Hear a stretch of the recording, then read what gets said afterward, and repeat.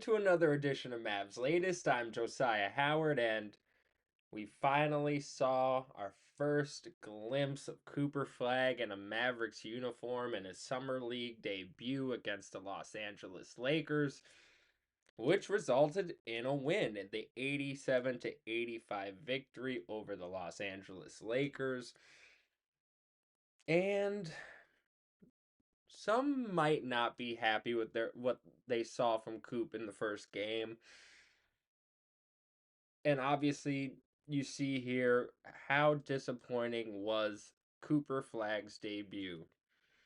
And I gotta say, I'm not 100% disappointed. Yes, would I have liked to see him be efficient? He is 5 of 21 from the field, only 10 points. Um, I obviously would have loved to see that, and obviously went scoreless in the second half, shooting 0 for 9 after being pretty explosive in the first few minutes of the game, obviously showing some of the flashes of why he was the first overall pick, having a pretty nice jam on a off a steal, off a turnover into him leading into the fast break and getting a nice jam. He had a couple highlight moments, pull up jumper, and it was the first game. I'm not no one needs to hit the panic button or anything. It's the summer league game, first of all. And second of all, he did have some flashes of other things. He had 3 steals, he had a block, so showed that defensive tenacity that everybody was um honestly focusing on when it came to Cooper Flagg specifically coming to the Mavericks because of his defensive prowess, not just because of the versatility offensively. And again, obviously, we didn't necessarily see the versatility on display in game one. Um, but I do like the aggressiveness. He's shot 21 shots. It's Summer League. You're the number one pick. This is the time for you to try to develop your game. And obviously, the focus going in was him trying to be a playmaker. Only finished with 4 assists, 1 turnover. Not the worst, but again, I think he definitely could initiate offense and bring the ball up. He looked comfortable doing that early on. I just don't necessarily know if that's conducive to championship basketball, especially just him being a rookie doing that right now. I think it's stuff he definitely needs to continue to work on and focus on in terms of the playmaking part of his game.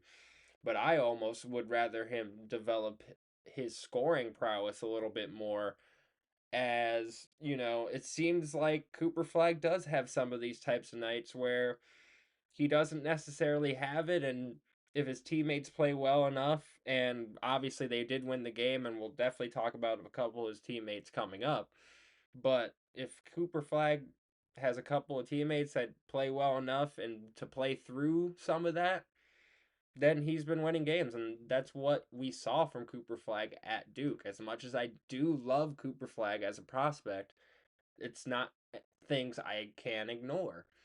We saw it at Duke. He's had games like this of a, inefficiency shooting wise. Of course, in this case, 5 of 21, 10 points. But I've seen that stat line from him at Duke, and his teammates were just good enough, and they were honestly playing competition that wasn't good enough to keep up with the team itself. So they cruised to victories when he played like that.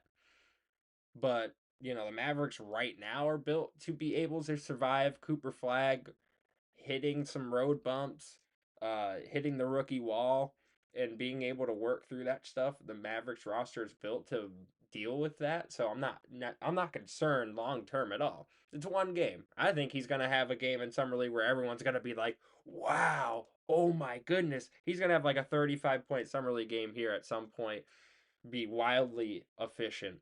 And we're gonna be talking here back on my Mavs latest, where I'm gonna be like, yeah, see, I mean, we also got to think he's a young kid, and it's his first NBA Summer League game. He's obviously a little bit nervous, has some jitters. Um, and you have to work through some of that. And even himself, he said, he described this game as one of the worst of his life. Um, but he'll be okay.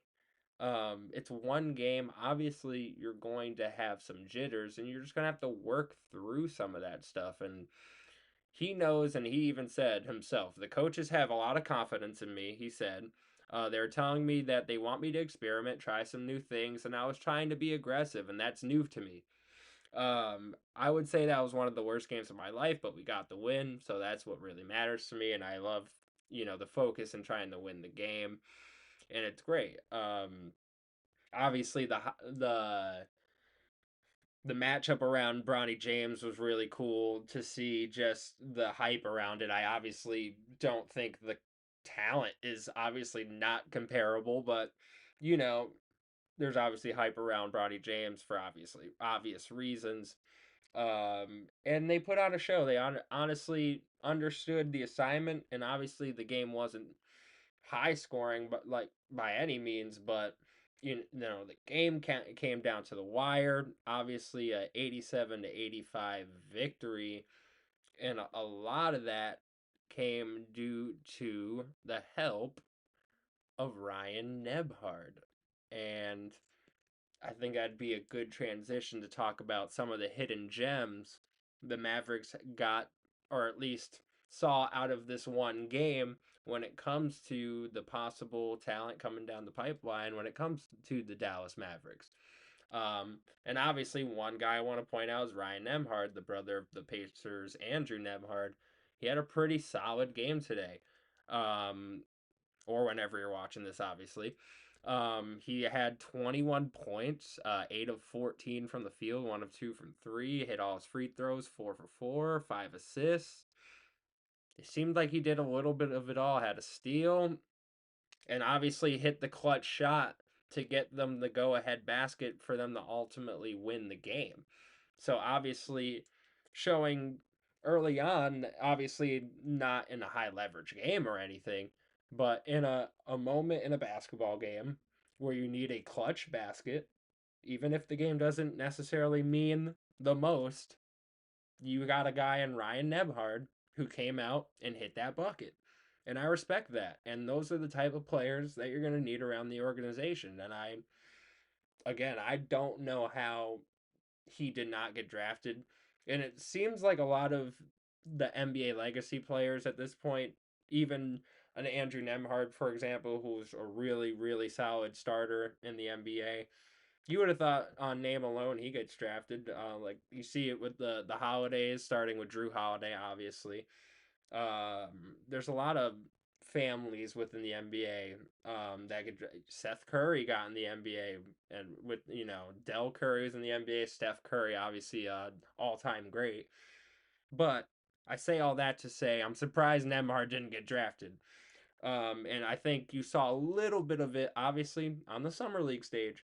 But I'm excited that the Mavericks got him, and I hope he gets more opportunity with the team, even possibly a call up here or two if injury here, injury there happens, and he needs to get a call up. I'm hopeful that he can get some opportunity and people can see more from him because I like him. I saw some stuff from him out of Gonzaga, obviously, just watching college basketball here and there throughout the season.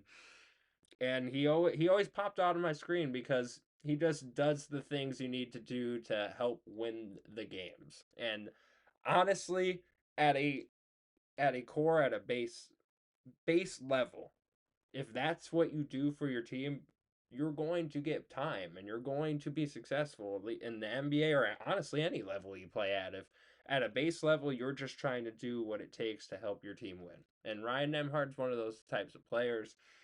Good performance from him tonight or whenever you're watching this again. Um, Another guy I want to point out because this is another guy we kind of mentioned here in terms of possible players in the summer league that might pop is Auburn's Miles Kelly, obviously now a Dallas Maverick, former Auburn player. 17 points for him, 6 of 12 from the field, 3 of 8 from three, which if you have good shooting, you can make it in the league. So Good showing from him in terms of shooting from the three. So another possible hidden gem in Miles Kelly for the Dallas Mavericks. So again, they win their summer league game 87-85 over the Lakers. Get Cooper Flagg's summer league debut, and we get a couple possible gems here in Ryan Nembhard and Miles Kelly in game one of the summer league. One thing I wanted to get to before we get to some Mavs chatter. CBS Sports did some grades for the offseason, and CBS Sports writer Sam Quinn, he graded the Dallas Mavericks offseason and gave them a D minus. And before I just read some of the comments, um, I just feel like, first of all, if you get the number first overall pick and a guy like Cooper Flagg, you automatically can't get a D minus, even if you feel like it's lucky. And we all know it's lucky. We all know it's lucky, but you can't automatically. I think you are start out with a C plus for having a good number one overall pick. You know, the Hawks kind of got stuck in a weak draft last year, but when you come into the draft with the number one pick and you know who you're drafting the moment you get that envelope, what are we talking about? So I'm already starting base at a C plus probably. You re-sign Kyrie to a pretty friendly deal for his talent. I bumped that to a B minus B. Now D'Lo for me keeps you at like a B minus B to me. Um, and obviously they still have a few more moves to make, but I'd say they're hovering at least at a B minus B to me. That's their off season to me, at least so far. And they obviously still have a couple more things to do. They still have a roster spot they need to open up for Dante Exum. So that's another thing to keep in mind. But back to this D minus. Um, Now he says the correct course here, especially with Kyrie Irving not to count on playing this season, which I think he's playing this season, just late into the season. He would have fired Nico Harrison, tear down the team, and completely realign the team around Cooper Flagg's timeline. Mentions that Anthony Davis would obviously net a big haul of picks.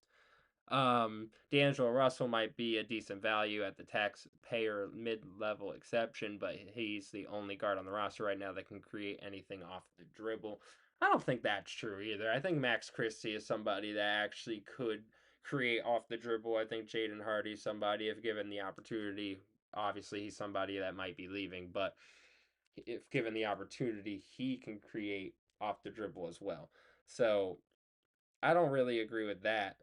Um, One thing he did mention that is actually, I think, a valid point is Cooper Flagg going to play out of position all year, given the depth chart.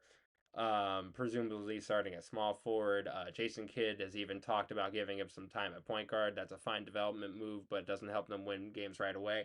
I agree with that take. That's true. I don't think forcing him to be the team's point guard while Kyrie's out is the answer right now. I don't think making him a point guard is the point of development right now. I think you should probably work on his offensive consistency a little bit more. You want him to be a little bit more aggressive on offense first. Start with that because passing for him, I think is going to be more of a natural thing that'll come to him as the league starts to slow down for him. I don't think forcing that on him early is necessarily the perfect move right now, but that's what they seem to want to do. So hold on. We'll have to wait and see.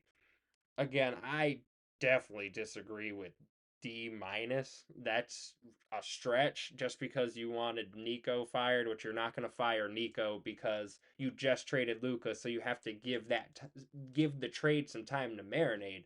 You're not going to then fire Nico right after the trade because that signals that you didn't agree with the Luca trade, but ownership has backed him the entire way. So Nico's gonna be here for a while. I hope everyone realizes that Nico's not going anywhere.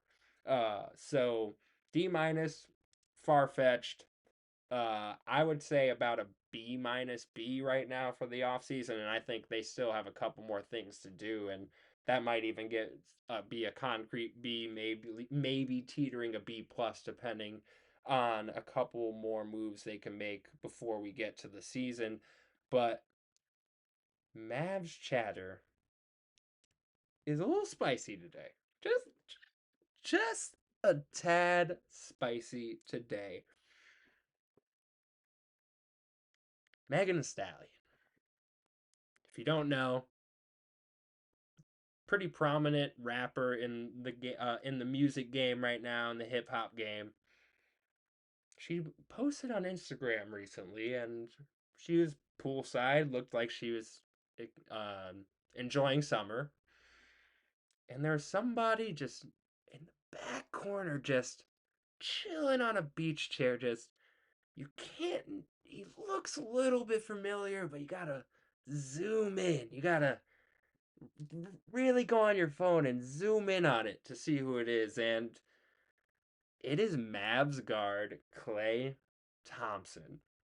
And that has sparked speculation that the Mavs guard is now dating rapper Megan the Stallion. So I don't know if it's just speculation or if it's confirmed or true, but Klay was definitely in the background of that picture, and kudos to them. I mean, I always root for people if they're actually trying for something real. If they just having fun, that do you too, man.